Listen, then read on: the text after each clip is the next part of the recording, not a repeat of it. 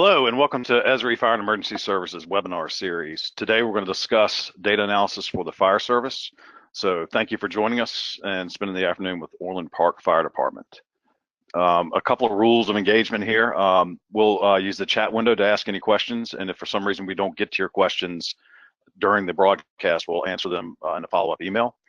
There will be 3 interactive poll questions. Please take a moment to answer those. We at Esri use that to try to determine some of our customer needs and some of our user needs. The recording of this entire webinar will be posted online in a couple of days, and we'll also send an email with all relevant links discussed during the webinar to all participants. So we are happy to have Steve Rivero. He's an engineer with the Orland Park Fire Protection District, and also a personal friend of mine and one of my heroes in using data to make good decisions for the fire service.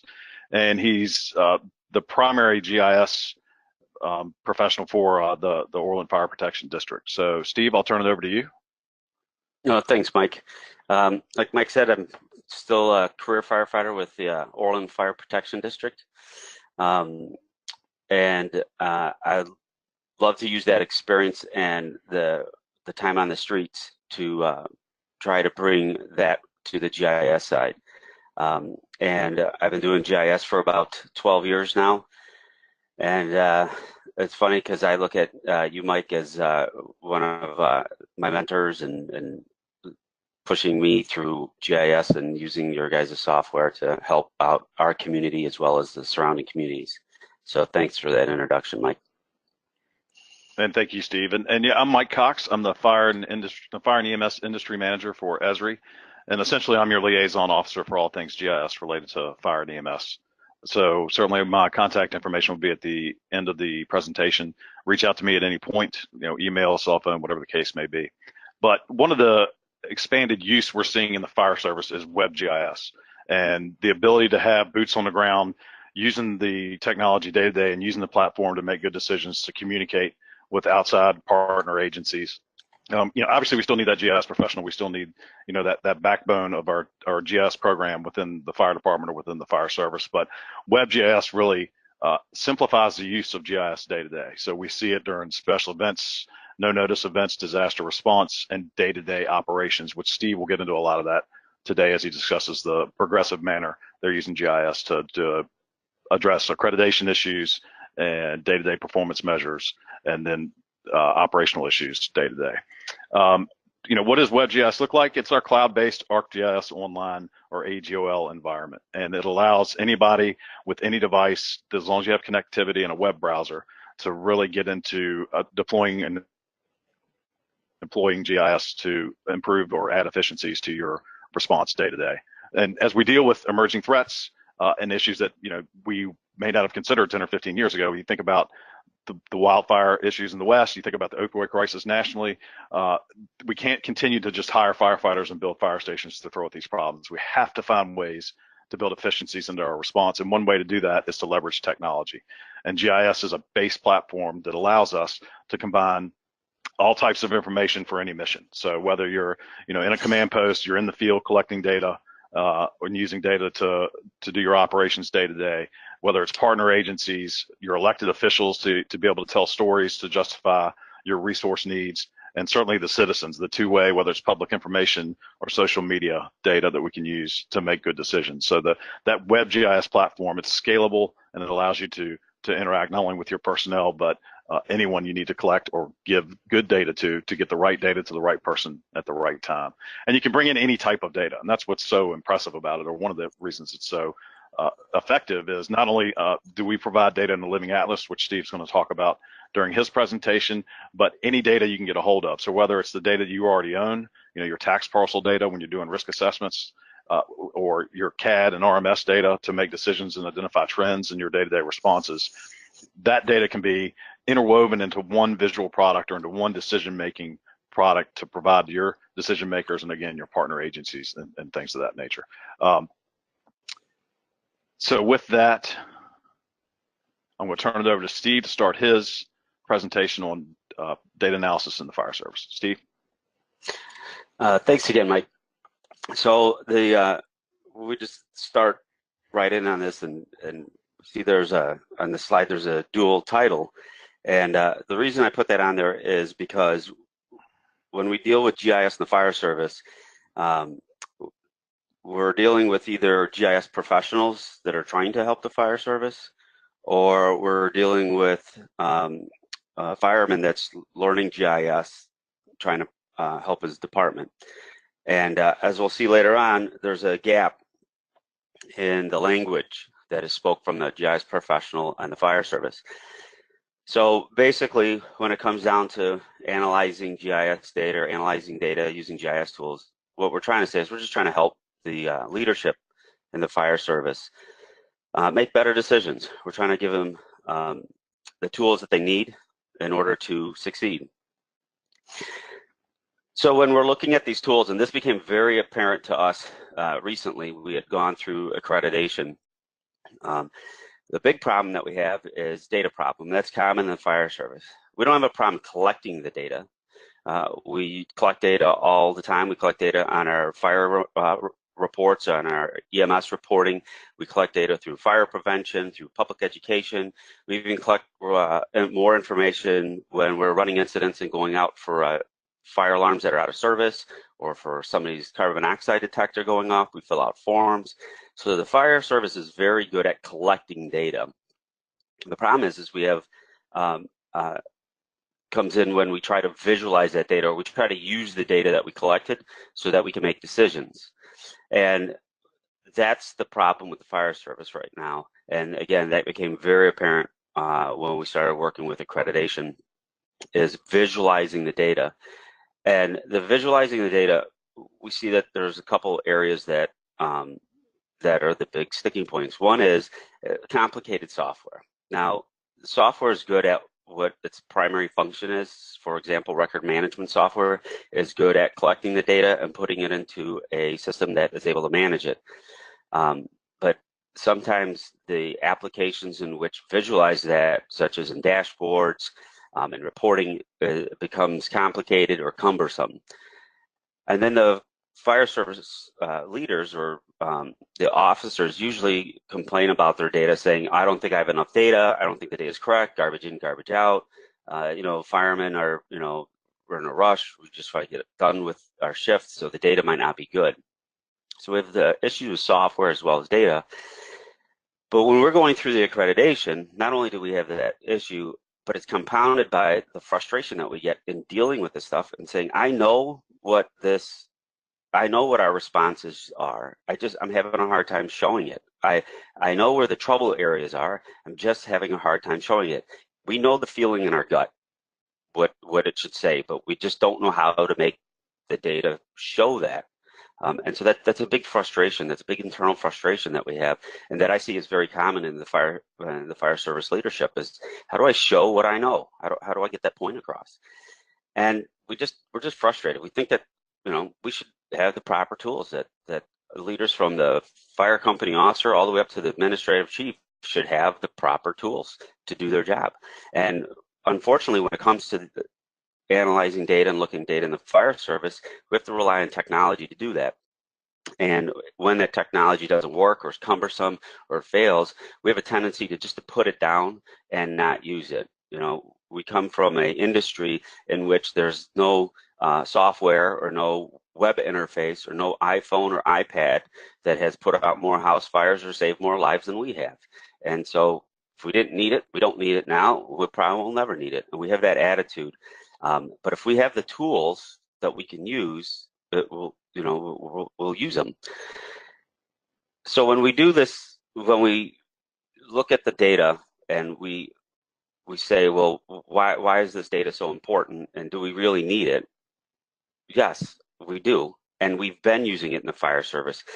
If we look at the street level and we respond to a scene of a structure fire, one of the first things that we do is we look at this fire, and the company officer then makes the decision. He does what's called a size up. He looks at the fire, where's the fire, what type of fire it is, and then he bases that evaluation and says whether he needs more resources or not. Same thing for a cardiac call. Look at the patient, the skin color, look at the surroundings, and then we use that information to decide, hey, which way are we going to go with this? Is this a medical call, a trauma call? Does this look critical or not? So we're always analyzing data, and then we use that data to make decisions. But the problem is once we get out of the company level or on the streets and we get into the administrative level, there is a direct impact on being able to analyze that data and make decisions that maintain the credibility of the officers or maintain the credibility of the chief that has taken a long time throughout his career to make himself look credible to not only to his personnel but to the public, and to maintain that public's trust, because the decisions they make at that level truly has an impact on the safety of the public. So we got to get past this, and the way we get past this data problem so that we can be successful at it is we use GIS. And we use GIS because we have to bridge the gap between the fire service and data. And while we have the tools to collect it, we don't have the tools to visualize it in the way that we need. And we need to have data that we can visualize easily, that works and tells us in the terms and the ways that we understand, and requires very little input. It's kind of just their type of applications. And GIS does a great job of bridging that gap. And Esri's done a great job of creating the fire maps and apps, templates, and the solutions that also connect to specific data that has to do with the fire service through their fire solutions. And so they've helped bridge that gap even easier. And so as we bridge that gap and we look at what happens, what needs to happen in order to visualize data, going through the accreditation plus working with other agencies, we've noticed that there are basically three major steps or three things that need to happen for the fire service. And we realized these when we started doing the accreditation. We realized that we need to use our data. We don't have to create data. We don't have to go make more data. We don't have to collect any more data to analyze anything. We already have a lot of data. And then if we use the so-called off-the-shelf components that Esri offers through their solutions, through their softwares, we can use those as a base to start with the tutorials and the help documents. It's easy to get going and start analyzing stuff. And then as we started doing that, because they're configurable applications and templates, we're able to then configure them and make them more specific to our own agency. And in doing those two steps, then we're able to produce visualizations that represent a proper image that we need to convey not only to the internal customers or the firemen and the administrative staff, but to the external, such as the public or the elected officials.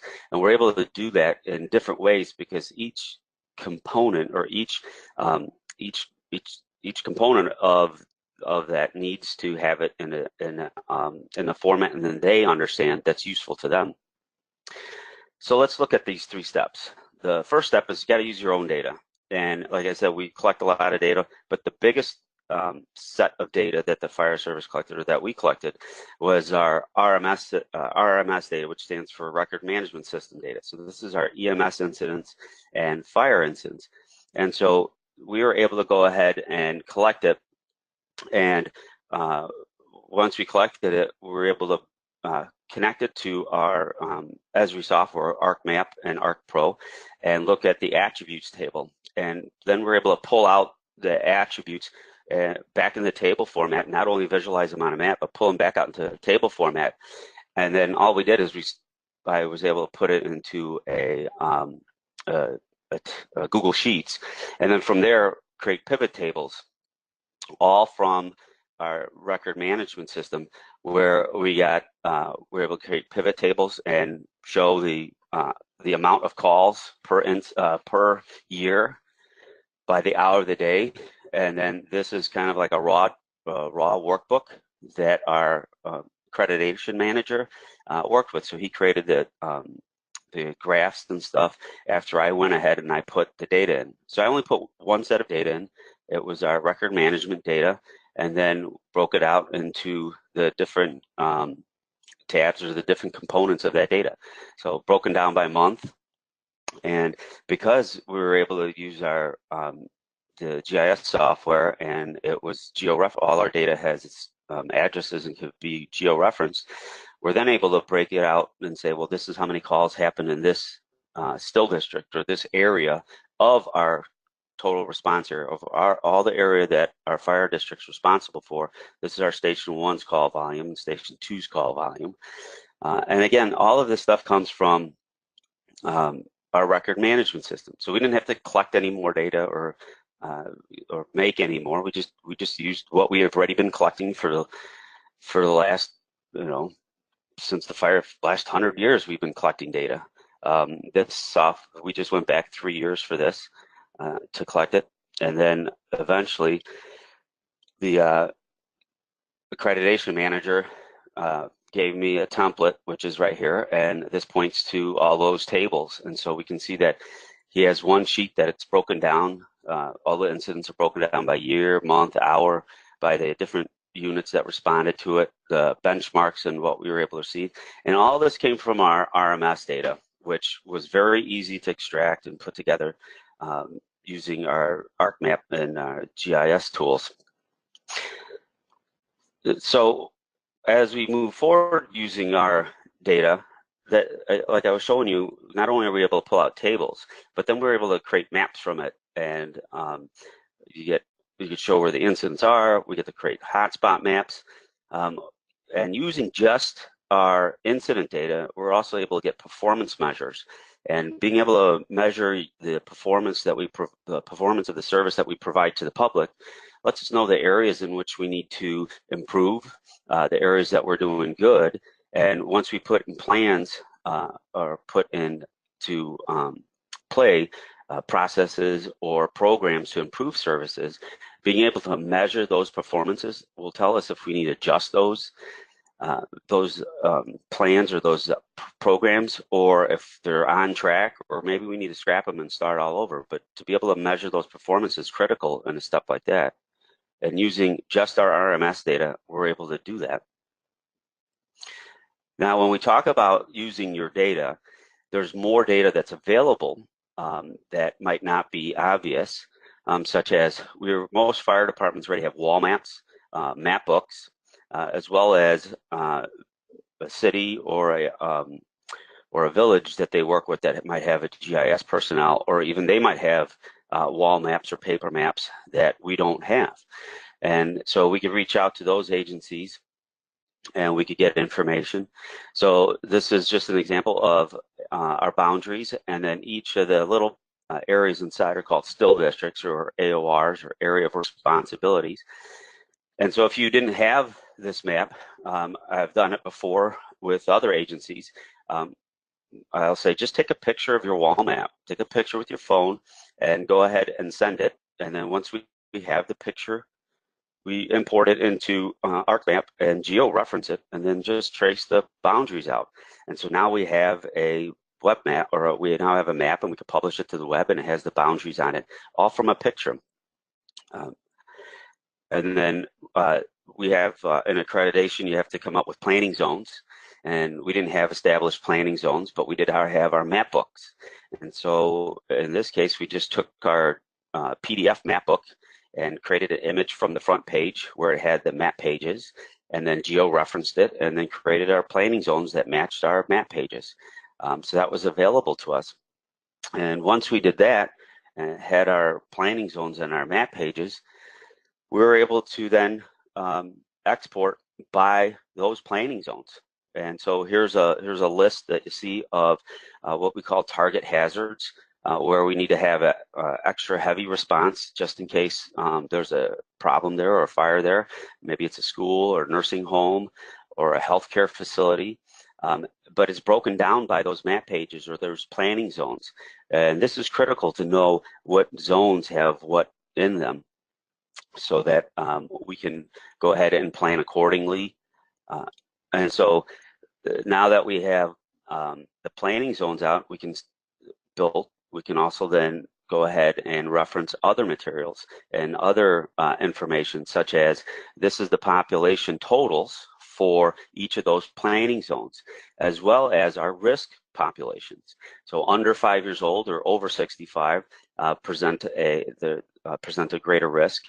And so now we know those planning zones that we might need to focus some community risk reduction, where we try to send out preventative measures, some public education to reduce maybe falls in people over 65, or maybe some child safety, lock the cabinets, protect the outlets for children under 5 and toddlers.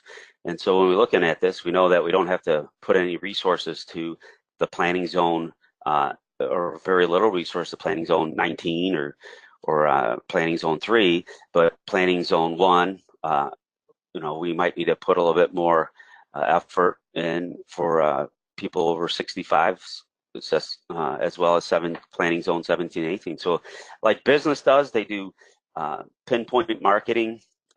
We can use the same techniques in the fire service with community risk reduction. So this is a map of the zoning for the villages that we cover, that I got from the 2 villages that we cover, two villages, or one city and a village. So this is their planning zone. I didn't have to create it. They have a GIS department, so I asked for it, and they gave it to me in a format that plugged right into ArcMap, and so we were able to produce it. So while I'm not the source of this data, or while we're not the source of this data, this is our data. This is data that pertains to us. And then when we go a little bit further out and we look at counties, as well as national data sets, and even Esri's Living Atlas, there's a lot of data that's useful to us. And we can use that to pull down stuff that's specific for us. So for example, our demographics and population and risk categories could all be found at American Fact Finder. And they have everything that's tied to census blocks, census groups, census tracts, and there's linking fields where we can link the tabular data found here to the polygons that we'd use in ArcMap. And if we're missing those polygons and need them, we go to the American Census Bureau and to their Tiger Web, and this is where we get those census blocks and census groups and census tracts. And these blocks and tracts all have identifiers that tie them back to the tabular data that we'd find in American Fact Finder. And then if there's other infrastructure or structures or waters, or anything that has to do with layers that we're missing, a great place is the USGS site, the National Map Viewer. You can zoom into where you need to go, and it's very easy to then look for what you need. So if I'm missing structures, just click on structures and then say find products, and it'll search this area for these products, and it'll come up with a list of available structures for this area, and then I just pick which one I want and download it and just add it to my set. So there's a lot of information out there, a lot of data that's available out there that we don't have to create, that would fit our data, that fits for what we need. And we can use that data, and when we pull that data in, this is the streets data that we got from a national data set that had speed limits on it, and so we were able to then find out what the speed, how fast or how far can we get in a certain amount of time. And so everything in dark green or closer to the firehouses, all the way out to the yellow, is a travel time of 4 minutes or less, and anything in the red or the orange is greater than that 4 minutes travel time we need. And this is using a national data set, but that is available to us. And so by looking at it real quick, we have just a very few areas that might be of concern. And then this is the population density that we got from the demographic information from the government sites, as well as the census tracts for the sites, and we just combined them and were able to come up with the population density. And this stuff is already configured. If you go to the Esri Living Atlas, a lot of this stuff is available and already configured, and you can use it with your AGOL or ArcGIS Online. it's there, and you can pull it right in, and you don't even have to go to the national websites. And when we start to pull all this stuff in together, then we could start to run a little bit of analysis on it and show our what are called catchment areas, or the areas that are covered within 4 minutes or 8 minutes of travel time. And so same thing here.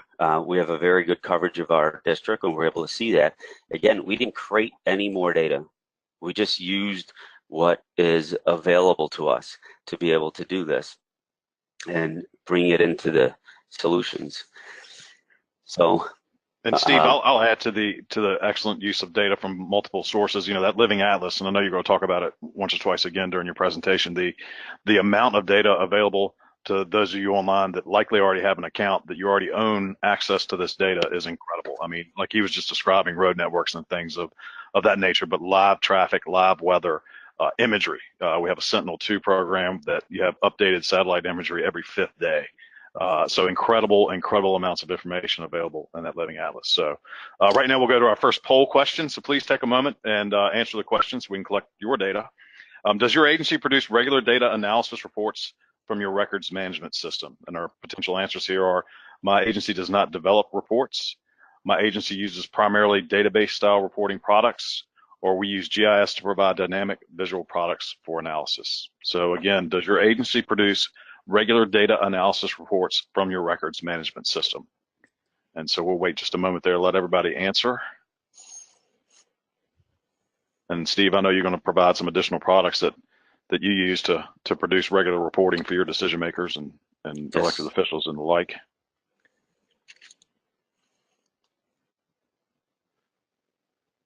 And so here are our answers. So my agency does not develop reports at 19%. My agency primarily uses database style reporting products at 45%, and then a pretty good response, 36% use dynamic visual products for analysis. And so understand too, you know, some of these solutions that Steve's going to demonstrate or has already demonstrated, it's just a matter of getting the data, you know, out of those record management systems, out of your CAD systems, out of your reporting systems, and, you know, being able to produce those visual products for decision making. So if you need assistance with that or have some questions about it, certainly contact us after the webinar. So Steve, I'll turn it back over to you. All right, thanks, Mike.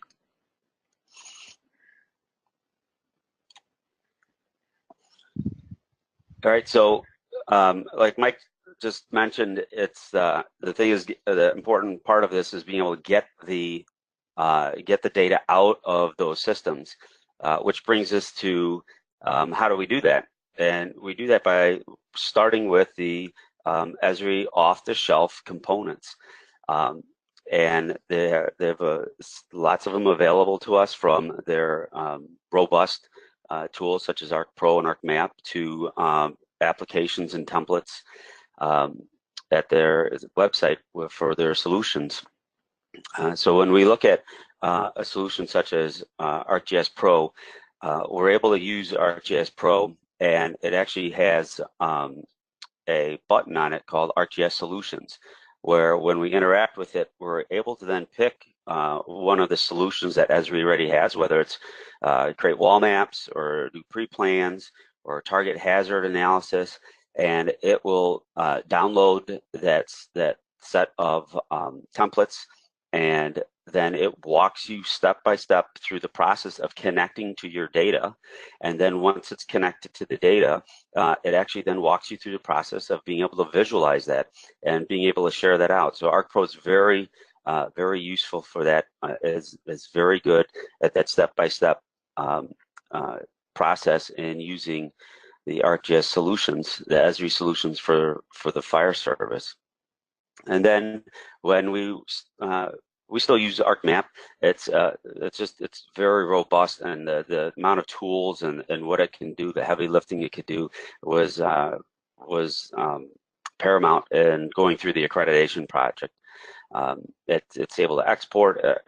I mean, it's just the GIS professionals. This is the tool of choice.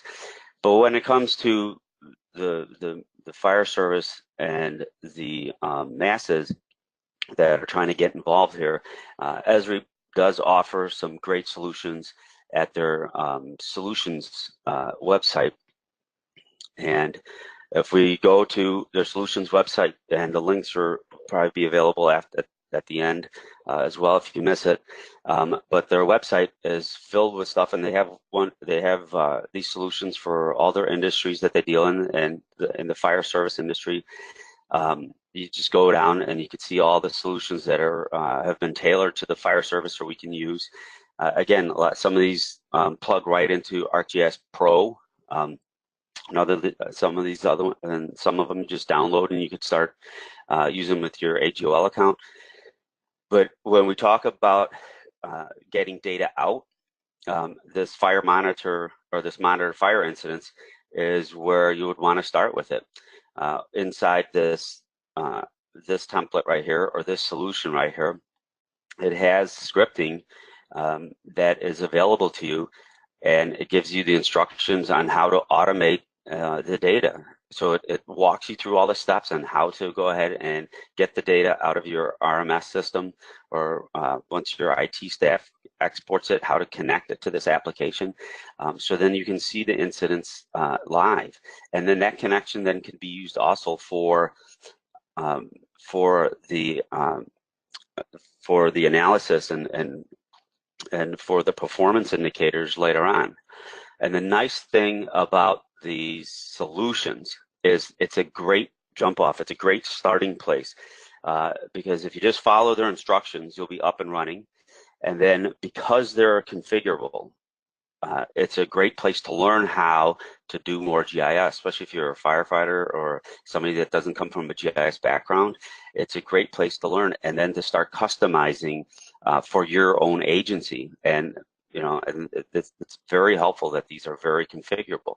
So, for example, this identify target hazard solution, what it does is it uses a Excel sheet, and that sheet then has your risk hazards that we want to look at: height of building, what type of occupancy in it, the amount of water flow, and then it goes ahead and it color codes and it gives a risk hazard to the community based on parcel size. So that's where we got started, was with the parcel size, and then we were able to go ahead and configure it so that we used it, instead of doing it at a parcel size, we were able to use it for every single building. And then this is then produced a web map of buildings of the community risk. And if we click on a building, interactive, if we click on a building, we can see what the risk level is. Is it high, and what type of building it is? It gives us the total score, as well as a score of the individual categories. So these are all configurable in the application, and right out of the box we can go ahead and get the very similar results at the parcel level. And then if you want to go further and configure it for your agency, you can go ahead and do that. And Steve, if I can make one comment on that workflow there, that target hazard, that's more or less presented as a commercial analysis, right? But you were able to apply it to every single structure. So not only commercial occupancies, but to develop a risk analysis or risk score for your residential properties as well. Is that correct? That's correct. That's correct. So you see a lot of departments, they're doing the hazard and risk analysis based on a first due district, or, a zone or something of that nature, where you look at, we're 30% commercial in this zone, 70% residential. But most of our fire departments own the data to be able to go and do an analysis, much like Steve has done in Orland, to be able to look at every single structure and determine the risk, not only to the occupants, but the risk to the firefighters. And as he said, customizable. So if you want to look at different aspects, as long as you have the data, we had one of our firefighters was concerned about residential elevators. They had a close call with a residential elevator. So they were able to go back and pull the building permits and from their inspector's office, and identify on a map, which of their occupancies had residential elevators, because those typically don't have, annual inspections like a commercial occupancy would. So that data is out there. It's just, as Steve has done, it's a matter of finding it and applying the appropriate workflow to do that analysis. So we have another poll question, and this one is your agency using Esri solution templates for fire and EMS? So the one Steve just demonstrated, and again, we'll send the link out to that page so you'll have access to it, but please take a moment and answer the question here. Is your agency using Esri solution templates for fire and EMS? And the options are: my agency does not use the solution templates, or we have the templates, but we have not deployed them yet, and my agency uses Esri solution templates. So again, we'll take a moment and wait for those answers. And Steve, so when you started doing that hazard analysis at the parcel level, at the individual structure level, was it your intent to do all structures right off the bat, or were you looking at commercial first and just apply that same workflow to residential, or how did that work out when you were developing that system? Well, because it's configurable, I noticed that it pointed to the parcel level or to the parcel layer, and the information was on the parcel layer. And so all I did was tie the buildings to the parcels, then pull the data from the parcel into the building. And then instead of pointing at a parcel layer, I pointed at the building layer. That's great. I just thought having the target hazard map would be great. And then when I realized where it pointed to, I didn't even think of like, oh, I should go this level further. It just made more sense to me. Because you might have one parcel that has 3 buildings on it, but only one of the buildings is a danger versus the other 2 buildings that aren't. So that's why I just went to the building layer. Great use of the data. Great use. So our response to our poll questions, is your agency using solution templates? The first answer, my agency does not use solution templates, is at 60%. So I hope, or 61% rather. So I hope our folks can get to that web page and take a look, because again, if you have access to AGOL, which most of us online do, you already own those templates. So, and as Steve described, you can download them today and start using them. We have templates, but have not deployed them yet at 18%. And then we have 22% of the departments online are using the Esri solution templates. So excellent. All right, Steve, I'll turn it back over to you. Thanks, Mike. So before we continue on I just want to jump back a little bit on that target hazard map. So while it was designed for looking at hazards for towards more on the fire side, we could do the exact same thing and change the requirements for EMS. So for example, we can change the requirements for falls, for burns, for trips, and as well as for fire-related incidents. So if we go to incident types, now we have a hazard map, and we are able to actually use it for the community risk reduction again. So now we can see which areas of our community where we need to start focusing certain preventative programs. So again, because they're configurable, it doesn't have to stay even in the category of just the fire side. We can then bring it to community risk. So when we are able to get the data out and we start able to use it, then it comes time, we have to start visualizing it. And again, it's real important to understand that depending on where you sit in this theater, if you're on the front lines or if you're in the company level as a fireman, you need to have different information versus if you're the public or an elected official. So now that we have the data, we need to visualize it accordingly to the audience that this is intended for. So, for example, when we started producing information on the accreditation, I not only was able to pull out the maps as well as the attributes and put it in a table format for the attributes, but then I started putting it together in a paper report, which our accreditation manager was able to look at, and then use those paper reports that we gave to him, or that we gave to him from the GIS side, in his accreditation report. So some examples of that we produce are just some basic maps of our district. Again, using the national data sets and stuff, and making sure we have the roads, we're able to get the attributes and show our miles that we are covered. The catchment areas, or how far we responded again. These are the 4-minute and 8-minute catchments. Anything in green is 4 minutes. We could see the square miles of the district that we cover within those 4 minutes, which we know is an NFPA standard, or one of the standards that we are held to, as being able to get to an incident within 4 minutes or less. And then this shows that 4 minutes or less again in the streets. It tells us how much of our area is covered. And not only are we able to do that at the district level, at our total response area, but for each individual station's area, we're able to do the exact same thing and see what they're able to, their performances are. And then we're able to see what station for example, the station 4, that happens to be my station, how long it takes to get to the rest of the district, how far can it go out, and get some of that information. So not only can we produce the maps and the images to go with it, but sometimes it's better to show the numbers. If they're visualized okay in a map, or they're not visualized very well in a map, to pull out the numbers. So this is a side-by-side comparison of some of the maps that we just looked at, but we could use the ArcGIS products or Esri products to get those comparisons, get these tables out, as well as here's a list of all the fire or all the EMS calls that we went in the last 3 years.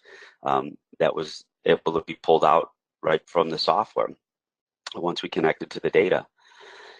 As well as we broke it down by the incident groups for the whole district, and again, we're able to do that at a smaller level for each of the stations. But then we're also able to represent this stuff in the incidents and hotspot maps. So for example, fires, we can see down the center, kind of spread out a little bit, but down the center of our district is where we have most of our fires, as well as our EMS calls. And with hotspot maps, then we could also start to see some trending or some hotspots. And when we look at our false alarms, we can see that it goes right down the center of our district, and that's because that's where all our commercial buildings are. And again, this is just using our EMS, our RMS data. We're able to visualize and start getting into performances, so we can see the response times and percentages. We're able to see that 46% of all our incidents, 46% of every incident that we respond to, we could actually get 5 stations there within the cover or within the national standard of getting multiple stations there, which is pretty good. And so we're able to visualize this using the maps and the text to help our accreditation manager understand what the data is saying and what it looked like. And so that was using the report maps. And we also have our ArcGIS online account, and we use it to make a lot of web applications and web maps. And we created a group for our accreditation, and anybody who was involved in accreditation had access to the data, and they were able to make their own maps from there. But when it comes to showing this stuff to somebody that doesn't need to interact with it, that doesn't need to create anything or doesn't need to manipulate it, we found that story maps are the way to go. It just provides that story that needs to be told. So this is a fire department I helped that needed to do figure out how to relocate a firehouse. And while they understood the terminology and stuff, they needed to show their board and show their the public what the analysis was of their station relocation. So this is a story map that they actually put on their website, as well as presented to the board, and the public can go and they could scroll down, and it gives an overview of their study and why they needed it and how it was done and the results of it. And it's all done through a story map, and uses the data, and is just a very simple way to go ahead and demonstrate the analysis of that data to the audience that it's intended for. And then we have the dashboards, and the dashboards, again, you can start with the dashboards, ArcGIS Online, and you go ahead and you create your web maps, and then from there you create your dashboards and hook to the web maps and start, because it's again another configurable app, you're able to create dashboards specific for the intended audience. So this is a dashboard that looks at live feeds coming from our CAD, which is our dispatch agency. We own our own dispatch agency, but it's as if we were able to take the incident solution And instead of pointing it to our record management, you're able to point it to your CAD if that's something that you have access to. And so this dashboard shows live AVL feeds from our fire apparatus, so we could see who's moving around where, as well as the calls that are going on, and put a couple of little statistics in there, but made it as clean and simple as possible. So this is a dashboard intended for dispatch, or we could use it at the company level at the firehouses. But then when it comes to performance and looking what's going on with the accreditation and how we're doing on the day-to-day basis, that's what this dashboard is for. So we can see that on the left-hand side, it has incident counts, such as the daily count for today and the weekly count, monthly count, and it compares it to the same time period yesterday to this current time. So today we have had 10 calls today to this hour, while yesterday we had 24 calls to this hour. And then it has a couple other performance measures, gauges and bar graphs. On the right side, we can see the dispatch handling time of the calls. And these are over it's a rolling 14-day look at things. You can see our push-out times for the fire stations, as well as travel times. And the nice thing about these dashboards is you can build filters into them. So, for example, right now there's no filter on the station, but if we want to see a station, we can build a filter in, and then what it does is it goes ahead and it filters out automatically just for that station. So if we notice the numbers changed, if we go back and we'll do our station 1, see what they've done today, see how they're doing, see their performance. Station 5, and not only can we on this particular dashboard can we filter it for our stations, but we could also fill it for our incident grouping. So we're going to see our EMS calls or our rescue calls, and we can go to our false alarm calls that we go on so much. So these dashboards are not only customizable, but they're configurable, so we can have these filters and everything in there. But then we could always take a combination or a blend and take a dashboard or a couple of dashboards and stick them inside of a story map. So one thing that frustrates me as a fireman, and I know it's frustrating the fire service, is I think I have like 32 logons and 17 pages. I got different applications I go to. But this story map right here is the tab story map, and you're able to embed web pages and other maps and other dashboards into it. So this is one application. It's open. It has our active incidents map, the map you just, the dashboard you just saw on it. If I click on the stats tab, it will pull up the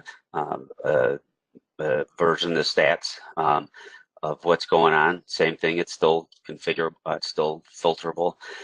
There's even a tab to get to our record management system. So if I want to put in an incident, I just log on in, and I can go ahead and start putting in information for a call that I was on or something. I can click on our pre-plan tab, and it'll pull up a pre-plan application that we have, where fire companies could go ahead and they could search for their assignments. I'm going to search Gold Shift Station 1, and it'll show me all my assignments that I have for this month, and then I just pick the building that I want to go to. And the nice thing about this is that it's live. If I were to make a change or make it add something to it, and then a couple minutes later somebody gets a call to that building, they saw the changes that I just made. And so this is just another web app that's put inside of a story map. And that's those are just some of the examples, a way to visualize the data once you have run it through the solutions and once you've made the connections.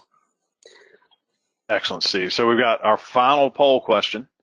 So is your agency developing data visualization products using GIS and sharing that information? So we are not using GIS for data visualization or information sharing.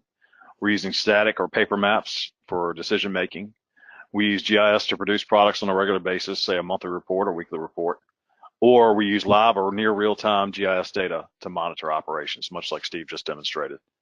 So again, is your agency developing data visualization products using GIS and sharing that information? So we'll wait just a moment or two. So Steve, while we're waiting for those folks to answer this poll question, so that story map, tab story map you just showed, that's relatively new for your agency, right? Have you had the ability to deploy that to decision makers or chief officers or anything? Have they given you any feedback on that? That's pretty incredible. You know what? The applications inside that story map that we've had out, and they're at the performance measure application is out at every firehouse. It's up on the wall. So every station sees our performances all the time. Nice. We've used the pre-planned program before, as well as the live incident mapping. So they have not yet gotten this story map because I'm still building it out. But they've used every component of it, but just not as one unit yet. That's great, though. That's a great product. So we got our answers here. So is your agency developing data visualization products using GIS and sharing that information? 19% are not using GIS for data visualization. 15% are using static or paper maps. 47% are using GIS to produce regular, or such as monthly or weekly reports. That's pretty impressive. And then 19%, like Steve just demonstrated, are using real-time GIS data to monitor operations. So great response there. And certainly if anybody needs assistance, again, with that dashboard view or importing that data or any of those issues, email me, and I'm sure Steve, they can email you as well. Absolutely. To get some guidance or assistance there. So quickly, Steve, before we move to the closing couple of slides here, I got a couple of questions from the audience. One is, what RMS system are you using to get your data? Is it ImageTrend for fire and EMS data, or? Yeah, so it is right now we are using ImageTrend for both. But this data hooks to our previous record management system as well, so it combines two. And it's really, it's kind of record management system agnostic, I guess, as long as you can get the data out of it. Steve, is that a good way to put it? And yes, we've dealt with multiple vendors as far. Yeah, absolutely. And what it is it's not so much which record management system you're using, it's what database does it sit on. And most of them sit on a SQL database, or they're in the cloud. And if they're in the cloud, you can do an export and it comes out as a CSV file. So it's not so much what software you're using, it's what database it's sitting on. Excellent.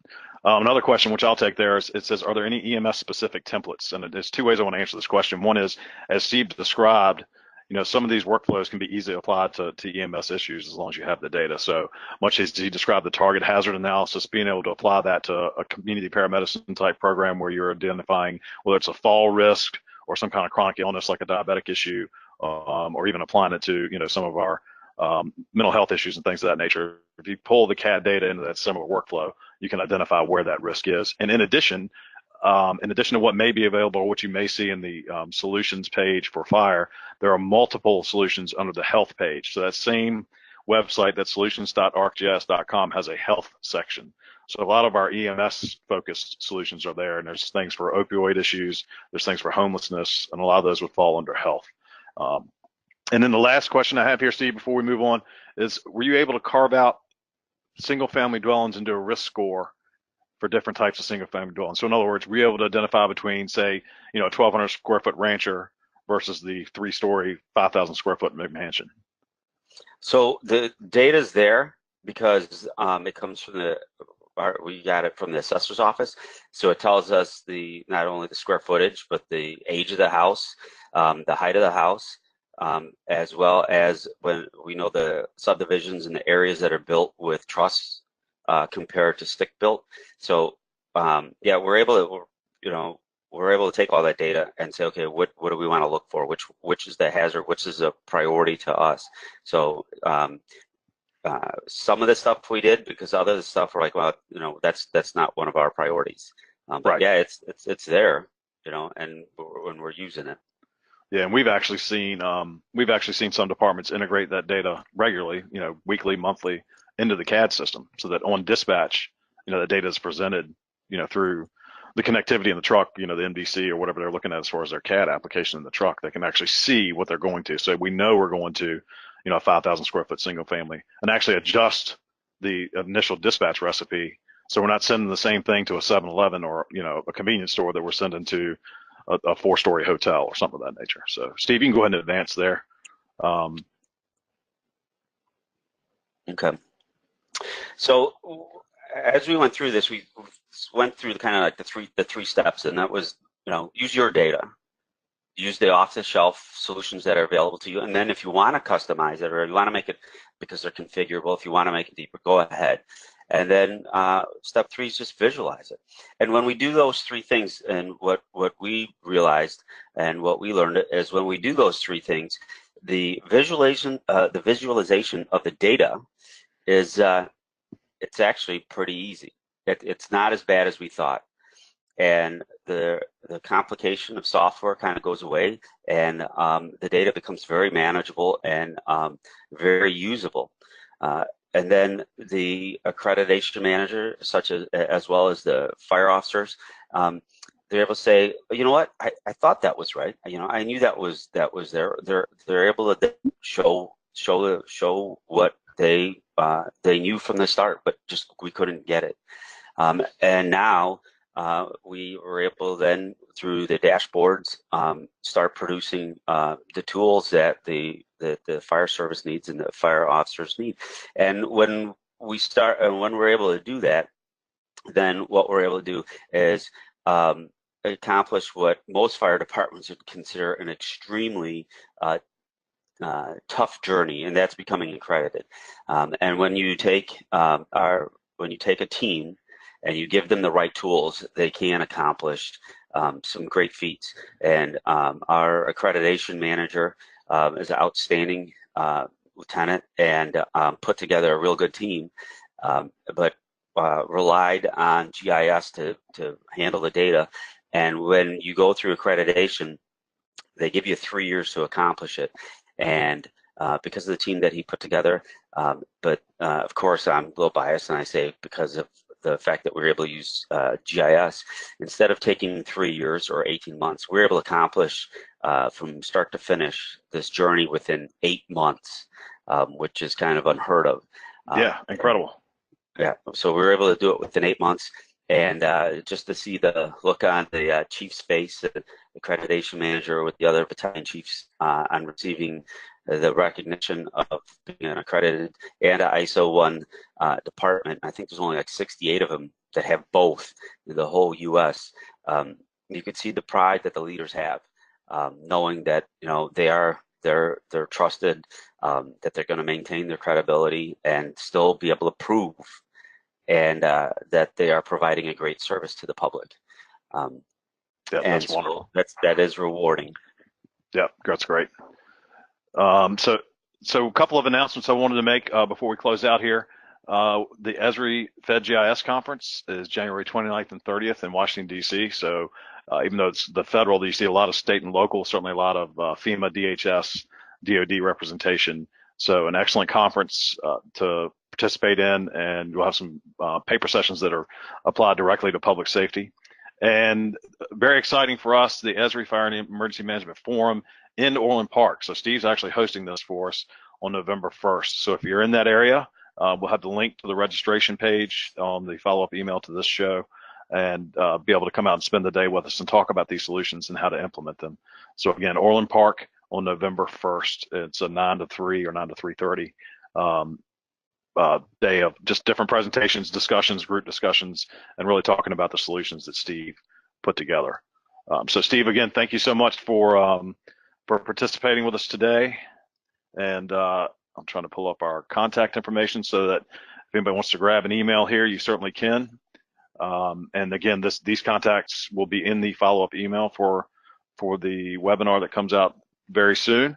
But Steve, again, I want to thank you so much. I want to commend you on the accomplishments you've presented here today, and obviously it's impacted your fire department, your personnel, and your community. So again, thank you. Thank you, Mike. All right, and any questions that were not answered online here today, in addition to the links and the information just described coming in that follow-up email, we'll get those answers to the questions you submitted as well. So thank everybody for logging in, and I hope everybody has a good day. Thanks.